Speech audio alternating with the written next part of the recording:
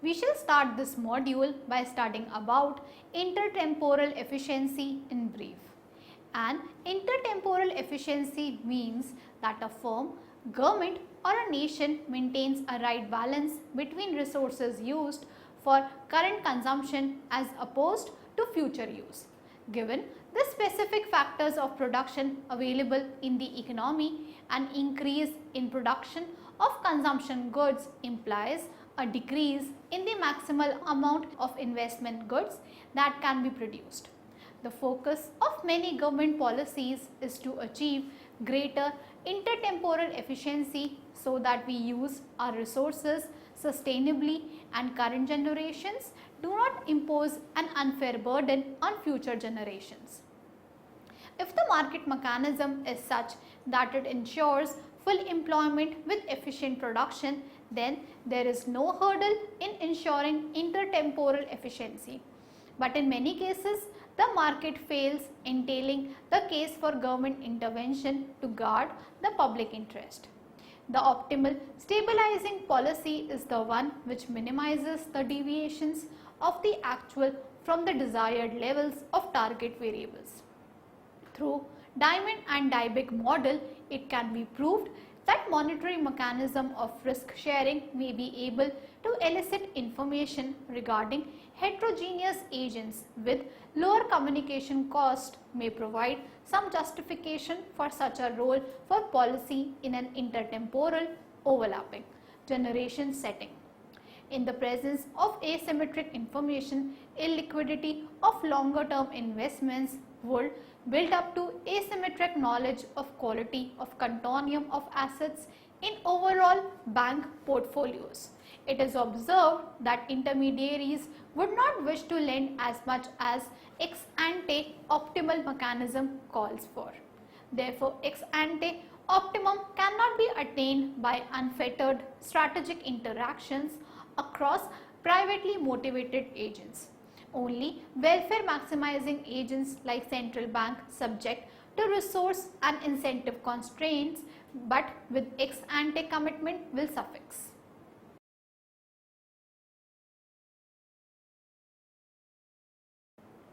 After studying this module, you shall be able to understand the rationale behind the failure of intertemporal markets, comprehend the liquidity preference, understand the policy intervention in case of the market failure, identify the implications of failure with respect to intertemporal and liquidity preference on stabilization policies.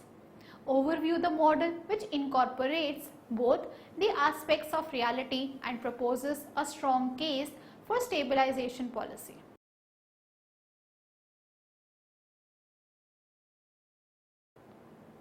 Let us first understand the intertemporal efficiency.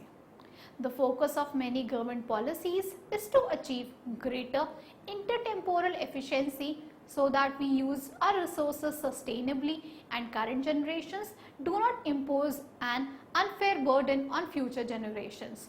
All intertemporal bias has its root from Adam Smith's work. From Smith's day to present times, economists have treated intertemporal trade-offs as different from other trade-offs that market participants face.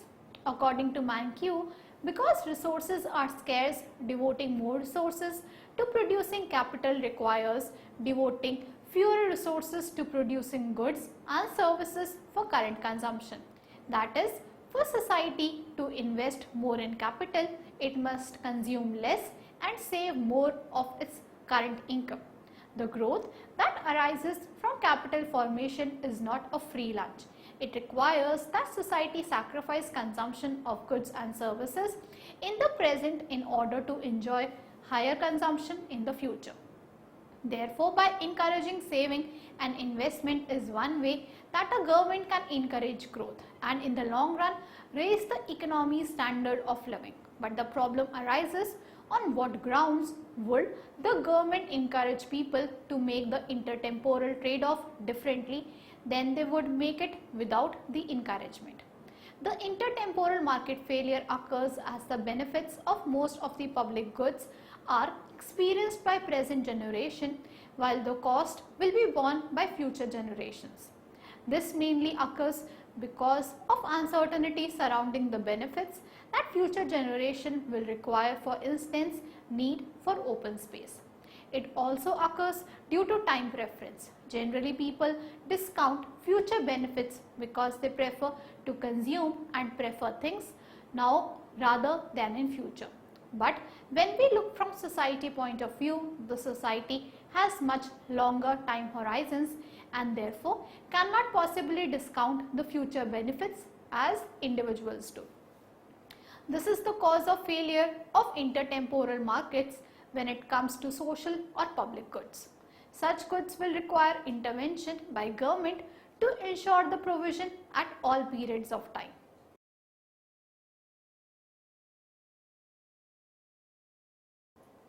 We shall now discuss about the liquidity preference theory. According to liquidity preference theory, every person would like to hold cash and prefer liquid asset. It is this liquidity preference which makes people to hold cash rather than claims against others.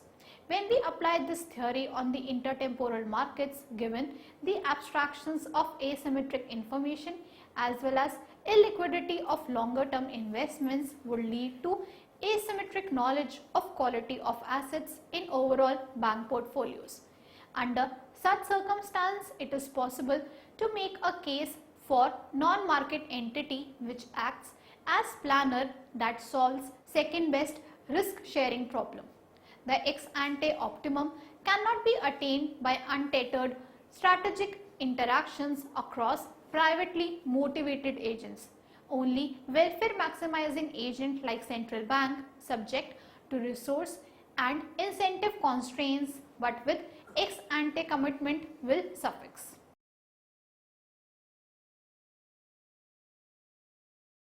We shall now illustrate the Diamond-Dybig banking model. This model was developed by Douglas Diamond and Philip Dybig in early 1980s. The model was published in 1983 by Douglas W. Diamond of University of Chicago and Philip H. Dybig of then Yale University and now of Washington University in St. Louis. The model primarily shows how an institution with long maturity assets and short maturity liabilities can be unstable. It is a simple model that captures inter-temporal aspect of consumption and investment. It further explains the bank runs and related financial crises. The model exhibits how banks' portfolio of illiquid assets like mortgage or business loans and liquid liabilities like the deposits which can be withdrawn anytime will lead to situation of panics among depositors. The model emphasizes that all the business investments often requires expenditure in the present in order to obtain results in future. Therefore, the investors prefer loans with long maturity, implying low liquidity. The same rule is applied to the individuals looking for finance, housing or automobiles. While the individual covers including both household and firms may have sudden requirement of funds due to unforeseen and unpredictable needs. Therefore, they require funds which permit immediate access to deposits, implying that they will prefer short maturity deposit accounts. Since banks act as an intermediaries between savers who prefer liquid assets and borrowers who prefer long maturity loans, the banks therefore play a valuable role by channeling funds from individual deposits into loans for borrowers. Banks help depositors save money on transaction cost they will have to pay while lending to investors directly, while investors will only pay off in the future. Since banks provide valuable services to both, they can charge higher interest rate on loans than they pay on deposits and thus earn profits on margin. As far as central bank is concerned, Diamond and Dybig consider a role for central bank policy originating from central bank superior ability to make payoffs to depositors contingent on realized aggregate outcome. Keeping this theoretical background in consideration, the model can now be illustrated as follows. Let us consider the three time periods 0, 1 and 2. There are n consumers where n is very large and each consumer is endowed with 1 unit of a good in period 0 which can serve as input to production. The production technology takes 1 unit from period 0 and converts it into 1 plus r units of consumption good in period 2. If production is interrupted, then nothing is produced in period 2. A consumer may wish to consume early in period 1 or to consume late in period 2. However, in period 0, individual consumers do not know whether they are early or late consumers. They will get to know this in period 1. In period 0, each consumer knows that he has a probability T of being an early consumer and probability 1 minus T of being late consumers. Further, in period 1, small t into n consumers learned that they are early consumers and 1 minus t n consumers come to know that they are late consumers. T greater than 0 less than 1, the production technology captures utility in simple way that it reflects investing in long maturity asset that could be sold with some loss before it matures. Such production technology takes care of possibility that the consumer might consume early, taking into account the need for liquid asset required for unforeseen circumstances. A consumer receives a satisfaction or utility given by UC, where U is utility function as C is consumption. The utility function is assumed to be concave, implying that marginal utility of consumption declines as consumption increases. The marginal utility of consumption is given by MUC, which you can see in figure 1. Under uncertainty, a consumer maximizes expected utility given by expected utility is equal to T UC1 plus 1 minus T into UC2, which is equation 1, where C1 is consumption if the consumer consumes in early period and C2 is consumption if the consumer is a late consumer. Therefore, expected utility is weighted average of utilities that occur over time and weights are probabilities. The consumer's expected utility preferences can be represented in terms of indifference curves with C1 early consumption and C2 as late consumption as shown in the figure. As in figure 2, you can see the preference of a diamond dieback consumer. These indifference curves are downward sloping and convex. The marginal rate of substitution of early consumption for late consumption for the consumer is given by MRS C1 C2 is equal to T MU C1 whole upon 1 minus T MU C2, equation 2, where MRS C1 C2 is minus the slope of indifference curve in figure 2. When C1 is equal to C2, implying early consumption and late consumption are equal, this further means MU C1 is equal to MU C2 because if consumption is same, marginal utility of consumption is also same. MRS C1 C2 is equal to T upon 1 minus T, equation 3. A. The consumer invests 1 unit of endowment in the technology in period 0. B. The consumer in period 1 interrupts the technology and is able to consume C1 is equal to 1. C. If the consumer is a late consumer, then technology is not interrupted and consumer gets C2 is equal to 1 plus R in period 2 when investment matures. The model can also be represented as follows, that there is an agent who has initial endowment of 1 unit in period 1 and none in subsequent periods. The agent deposits this endowment with intermediary in period 0 in return for consumption at periods 1 and 2. The intermediary has access to 2 investment technologies. The first corresponding to short-term asset yields 1 unit of consumption in period 1 for every unit of investment at the beginning of that period. The second, corresponding to investment in the long-term asset yields are greater than 1 units of consumption in period 2 for every unit of investment in period 1. Individuals are also able to store consumption between period 1 and period 2. The cross-section distribution of preference shocks realized at period 1 is the same as probability distribution of these shocks for an individual agent at period 0. In exchange of deposits, the intermediary offers each agent a contract which allows him to withdraw either C1 units of consumption at period 1 or C2 units at period 2. In order to finance withdrawals, the intermediary liquidates L units per capita in period 1 and hence receives R 1 minus L units per capita in the period 2. The intermediary chooses C1, C2, capital L to maximize the ex ante expected utility of individual agents. Then it solves the equation. T U C1 plus 1 minus T U C2 equation 4. Subject to T1 C1 is equal to L 1 minus T, C2 is equal to R in bracket 1 minus L. The following are the first order conditions as shown.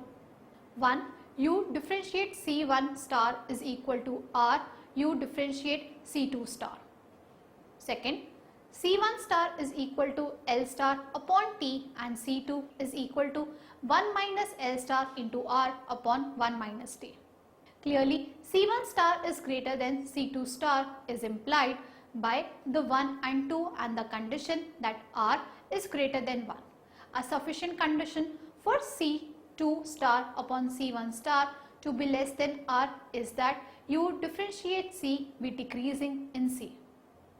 Thus, if U has a coefficient of relative risk aversion greater than unity, then early consumers will share the higher returns on illiquid assets.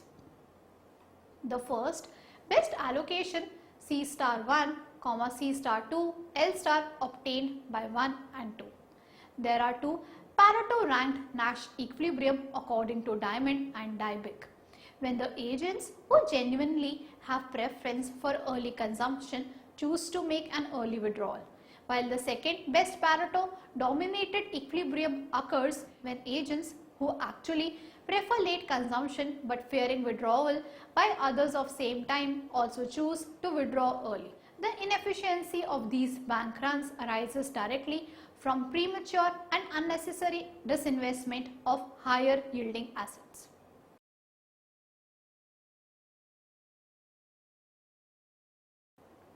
Let us now study about preference shocks, adverse selection and central bank. Introducing heterogeneous intermediaries suggests multiplicity of roles for centralized institution with respect to monitoring the values of key economic variables. The outcome under such circumstances is underinvestment. Given that the abstractions of asymmetric information as well as illiquidity of longer term investments represent in reality asymmetric knowledge of the quality of a continuum of assets in overall bank portfolios. Making realistic connections to existing institutions and policies requires further enrichment of modeling to incorporate intertemporal and portfolio trade-offs along with market and non-market contracting in assets and liabilities. A non-market entity acts as the planner that solves the second best risk sharing problem, since both the problems of ex post state revelation and ex ante moral hazard have to be dealt with. The ex ante optimum defined in the model cannot be attained by unfettered strategic interactions across privately motivated agents. Only a welfare maximizing agent such as central bank acting subject to resource and incentive constraints but with ex ante commitment will suffice.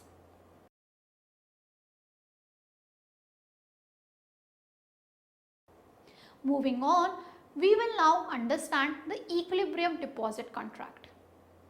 The model assumes that the bank offers deposit contracts to the consumer. These deposit contracts allow consumers to withdraw C1 units of goods from bank in period 1 if they wish, or they can leave their deposits in the bank until period 2 and receive C2 units of goods there. The model further assumes free entry into banking, implying that bank earns zero profits in the equilibrium. The bank makes each depositor as well as possible while earning zero profits in period 1 and 2. Because if this does not happen, some other bank could enter the market offering alternative deposit contract and attract all consumers away from the first bank.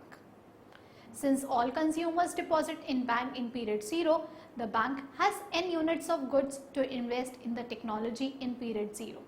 In period 1, the bank must choose the fraction x of the investment to interrupt so it can pay C1 to each depositors who wish to withdraw at that time. If only early consumers show up at the bank to withdraw in period 1, we must have n TC1 is equal to xn, equation 5, implying total quantity of withdrawals equal the quantity of production interrupted. Then in period 2, quantity of uninterrupted production matures. This quantity is used to make payments to those consumers who choose to wait, who are supposing are only late consumers. N 1 minus T C1 is equal to 1 minus x n into 1 plus r, equation 6, implying that the total payout to the late consumers is equal to the total return on uninterrupted production. From equation 5 and equation 6 we derive T C1 plus 1 minus T C2 upon 1 plus R is equal to 1, equation 7. The equation 7 is like lifetime budget constraint for the bank that governs how deposit contracts C1, C2 can be set. The bank's lifetime budget constraint in slope intercept form can be expressed as C2 is equal to minus T 1 plus R C1 plus 1 plus R 1 minus T 1 minus T, equation 8. The following figure depicts lifetime budget constraint. Points A, B and D lie on the constraint which has a vertical intercept of 1 plus R. This is the maximum payout to late 1 minus T consumers if the bank does not interrupt any of its production. The horizontal intercept 1 upon T is the maximum amount that could be withdrawn by the early consumers where all the production is interrupted by the bank. Point A lies on the tangency between bank's lifetime budget constraint and consumers' indifference curve is the equilibrium deposit contract. Point B would have equal consumption for equal and late consumers, and point D is what the consumer could achieve in the absence of the bank. The equilibrium deposit contract at point A lies in the northwest of point B, which is the point on the bank's lifetime budget constraint where banks payouts to early and late consumers are same. The equilibrium deposit contract at point A lies in the southeast of point D, which is what the consumer will choose in the absence of the bank. As you can see in figure 3, the equilibrium deposit contract.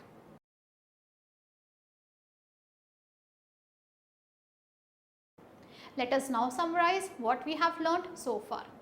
An intertemporal efficiency means that a firm, government or a nation maintains a right balance between resources used for current consumption as opposed to future use. Second, in many cases the market fails, entailing the case for government intervention to guard the public interest. The optimal stabilizing policy is the one which minimizes the deviation of the actual from the desired levels of target variables.